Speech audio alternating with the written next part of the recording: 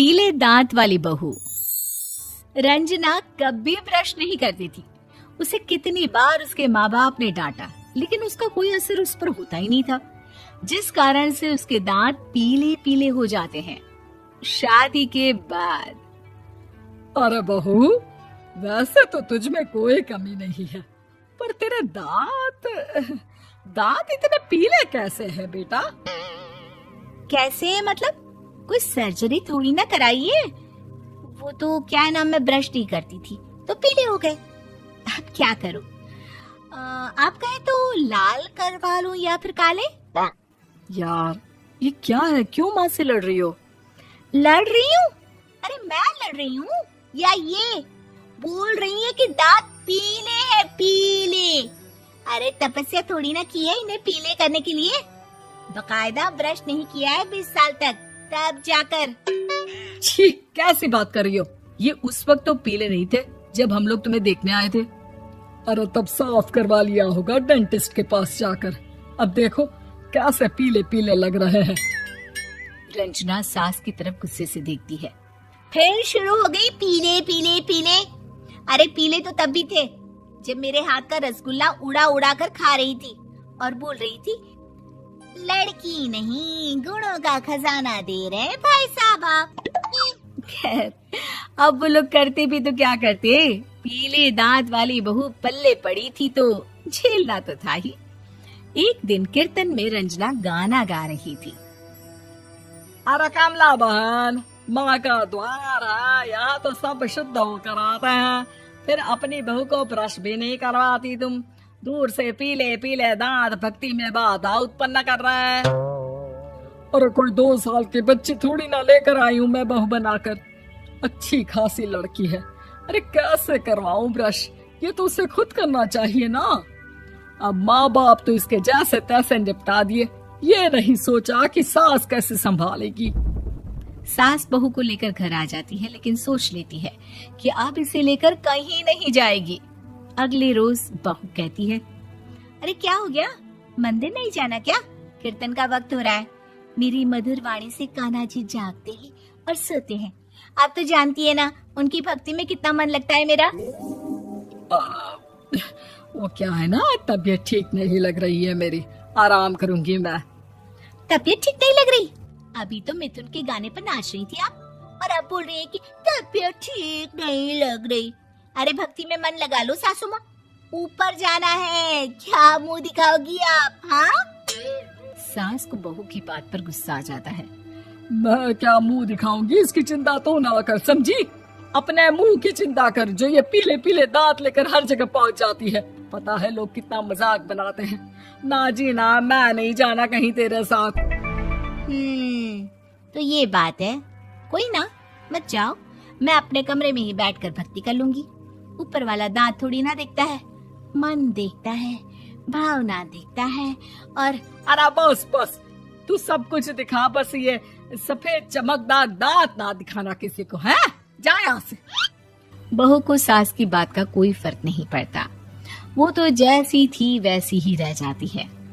सुबह नहाकर किचन में खाना बनाना, फिर खाना खाना, कीर्तन भजन करना और सो जाना। एक दिन, माँ जी मैं सहेली के घर जा रही हूँ, शाम को लेट आऊंगी। हाँ हाँ तो जाना, मैंने कौन सा तेरी आरती करनी है घर पर बैठकर। रंजना सहेली के घर जाती है, जहाँ वो पार्टी में जाने की तैयारी कर रही होती है। अरे शिखा, कहाँ जाने की तैयारी कर रही है? मैं गलत वक्त पर आ गई क्या? अरे नहीं यार, उल्टा सही वक्त पर आई है। मैंने ये साड़ी और ज्वेलरी निकाली है यार, शाम को इनके ऑफिस की एक पार्टी में जाना है। बताना कैसा लग रहा है ये सब? नहीं यार, इस ड्रेस के साथ तो वो वाली ज्वेलरी अच्छी लगेगी। हाँ हाँ सही बोल रही है, मैंने ध्यान ही नहीं दिया। वैसे तो हमेशा से मस्त फैशन सेंस रखती है। तो बड़ा जाती होगी ना पति के साथ पार्टी में। रंजना कुछ नहीं बोलती, बस सोचती है कि यार काश ये बात सही हो जाती।